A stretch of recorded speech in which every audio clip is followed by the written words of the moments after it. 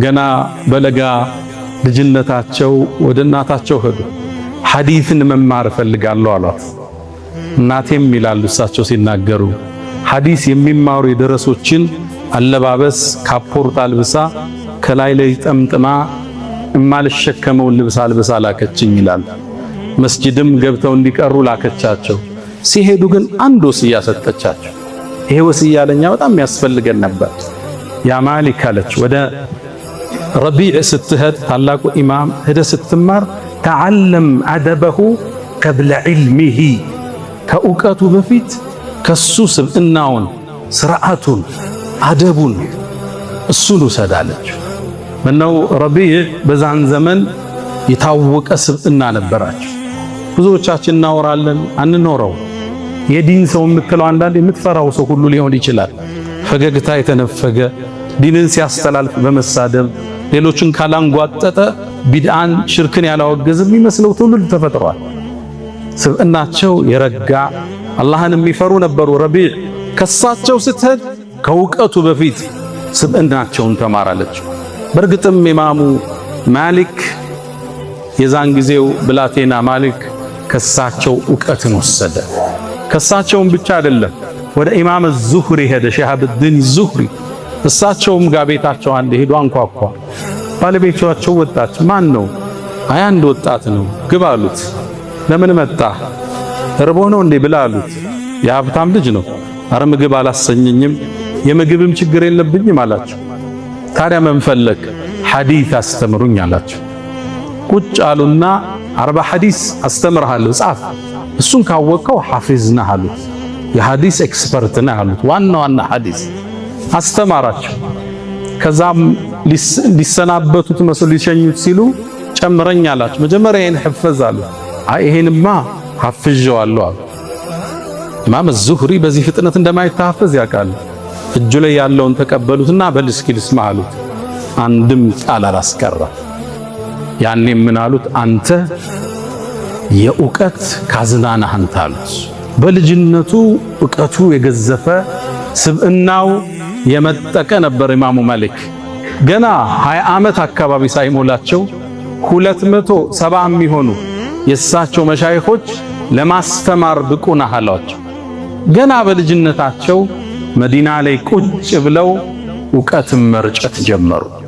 እሳቸውም ያህል ዓሊም ጠፋ። ኢማሙ ሻፊዒ ይላሉ ኢዛ ዙኪረ ልዑለማ ዓሊሞች እኮ ከተወሱ ፈማሊኩን ነጅም ይላሉ።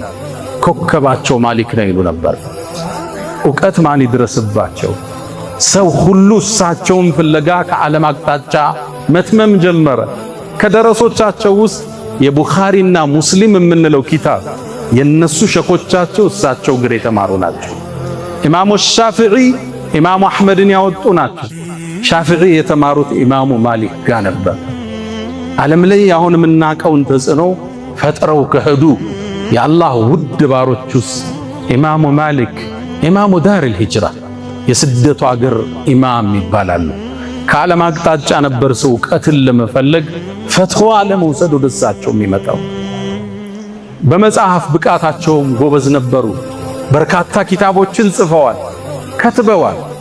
እኛ ዘንድ የደረሰው ዕውቁ ኪታባቸው ሙወጣ ይባላል። ሙወጣ ማለት ማ የተዋጠው ዐላ አሰሪ ነቢይ ከነቢዩ ኮቴ ጋር የገጠመ ማለት ነው።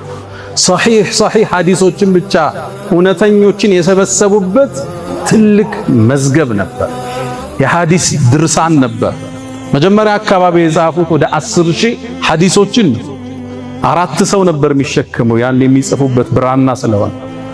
በሂደት ሐዲሶቹ ተጣርተው ዛሬ እኛ ጋር ያለው ከ1700 እስከ 800 የሚሆን ሐዲሶችን የያዘ ጥራዝ እኛ ጋር ይገኛል። ኢማም ሻፊዒ ምን ይላሉ?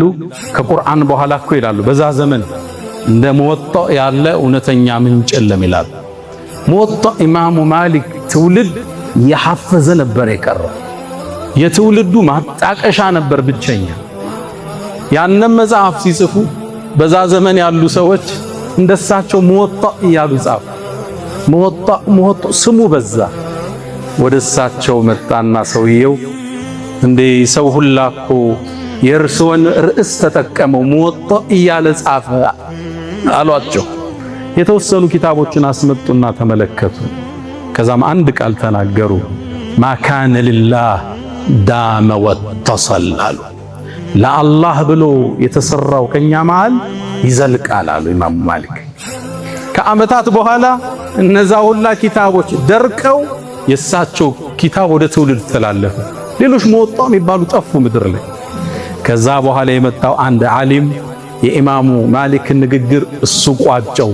ወማ ካነ ሊገይሪሂ እንቀጠዐ ወንፈሰለ።